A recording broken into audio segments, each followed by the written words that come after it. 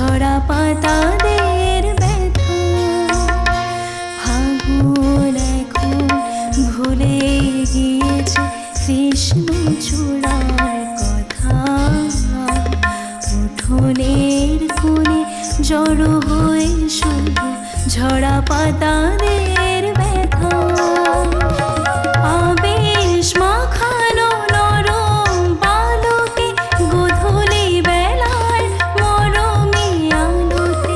আবেশ মাখানো নরম বালকে গোধূলি বেলার মরমে আলোতে। বলেছিল যা ইশারায় তা জীবনের চেয়ে দামি। বলেছিল যা ইশারায় তা জীবনের চেয়ে দামি।